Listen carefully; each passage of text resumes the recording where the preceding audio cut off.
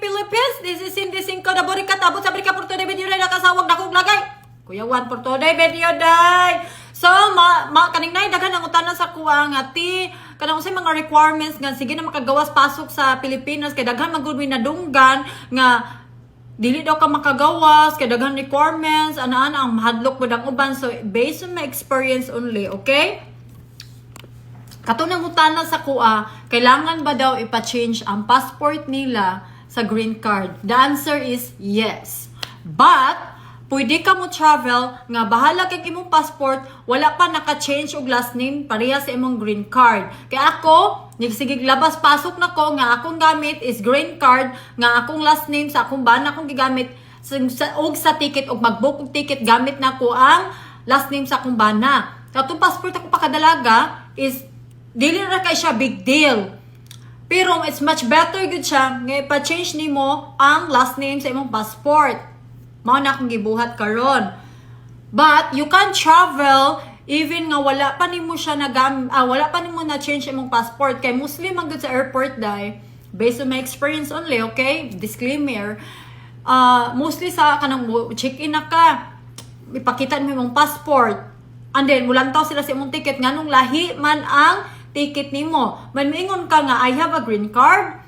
Bago ra nimo nakuha imong green card, wala pa nimo gipa-change. Unya mo ingon na sila you have a marriage certificate. Mo nang every travel nimo magdala jud kag marriage certificate. So mao na akong advice. Kay mao na akong ginabuhat travel kan magsige kog travel magdala kog marriage certificate. Kaya ang ako ang passport ug akong green card dili sila pareho og last name. But you need to speak up. You need to kanang istorya ka, be honest with them nga kanang wala pa na ako na change ang passport but I have a green card and I have marriage certificate to prove nga marriage ko diri sa residence ko diri sa US and nagpakasal kog foreigner. So mao na siya dili in my experience also sa immigration dili siya hadlok kay green card holder ka. As long nga you have kanang green card holder ka, wala ka ni puyo or ni stay og more than a year sa gawas sa Pilipinas, gawas sa Amerika, so you're good. Kaya ako dahil, sige na ba ko balik dahil, back and forth dahil, ako ra isa mag-travel, di ba kung hadlok, laagan ba ako dahil. So, sa immigration, mangutana na sila. Mostly, ang ilang pangutana dahil is, asa kagapuyo, diri sa US, pila ka weeks or months nagstay sa Philippines, ana ra na ilang pangutana, then you're ready to go.